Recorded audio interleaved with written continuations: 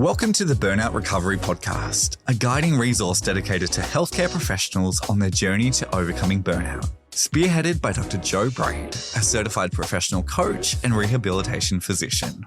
This podcast offers practical strategies through expert interviews and personal resilience stories, providing invaluable tools for navigating professional challenges while prioritizing well-being.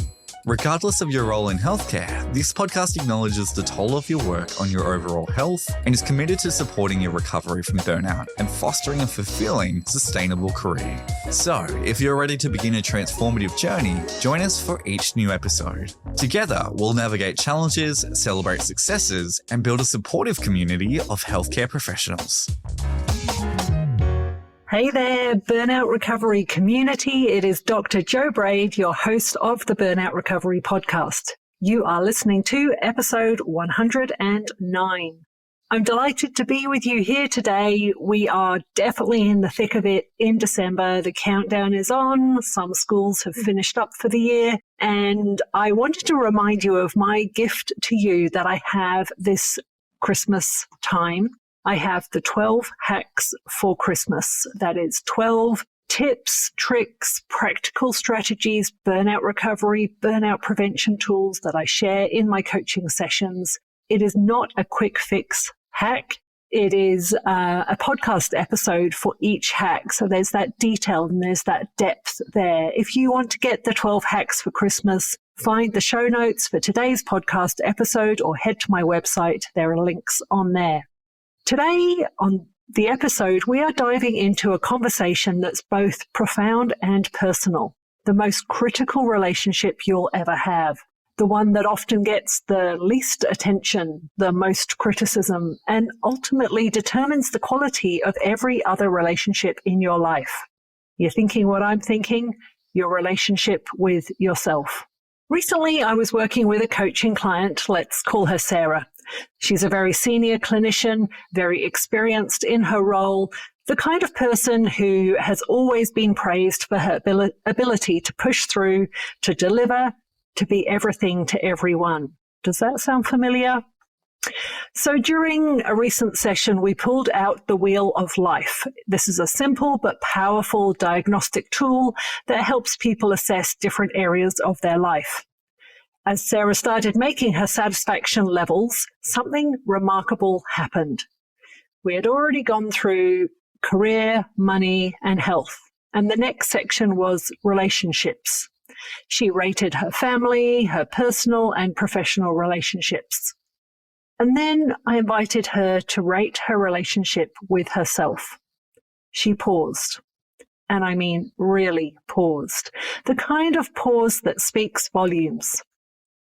I've never actually rated this before, she said.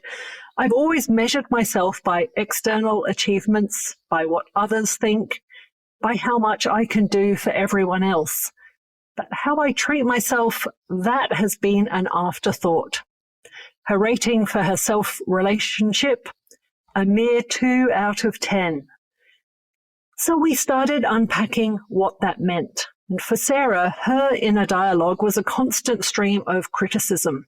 You're not doing enough. You should be further along by now. Other people manage. Why can't you? She realized she would never speak to a friend the way she spoke to herself. Never. If a friend came to her feeling overwhelmed, she'd be compassionate, understanding, supportive. But with herself, it was an endless cycle of judgment and pushing. The breakthrough came when we explored the concept of self-relationship as an actual, tangible relationship.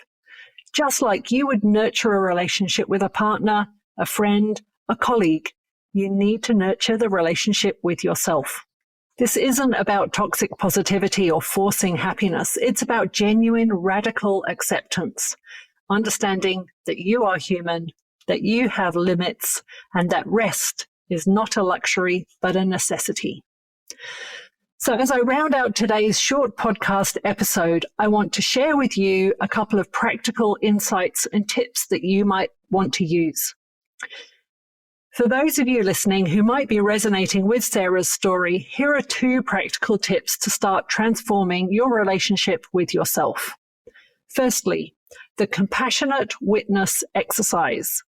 Next time you catch yourself in a spiral of self-criticism, pause. Take a breath.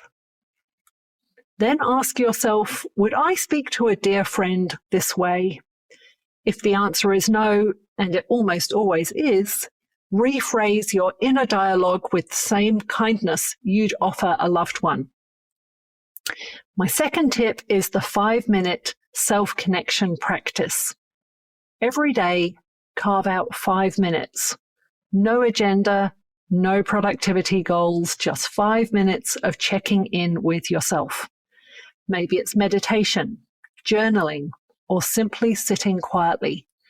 The goal is to listen, not to judge, not to fix, just to listen. And I love having a short self-connection practice, sometimes, more regularly. That's in the mornings when I'm having coffee and it's quiet time in the household, and it's a moment to pause and reflect and check in. I also like doing a little yoga move, which is putting my legs up the wall, and it's very restful and very calming, and that's another self-connection practice. So as we close out today's podcast episode, remember, the relationship with yourself sets the tone for every other relationship in your life. It determines your boundaries, your self-worth, and your ability to show up authentically in the world. This isn't about perfection. It's about progress, about slowly, compassionately rewriting the narrative. There's a touch of neuroscience in there too. You are worth more than your productivity, and you are worth more than others' expectations. You are worthy simply because you exist. Until next time, this is Dr. Jo Braid, reminding you that your most important relationship starts within. Cheers. Thanks for listening to this episode of the Burnout Recovery Podcast. If there's someone in your world who would also benefit from this, please share it with them. Remember, you are not alone, and there is hope for a brighter, more fulfilling future. Let's continue this journey together, one episode at a time. For more resources, including how to move from dread to delight, head to drjobraid.com.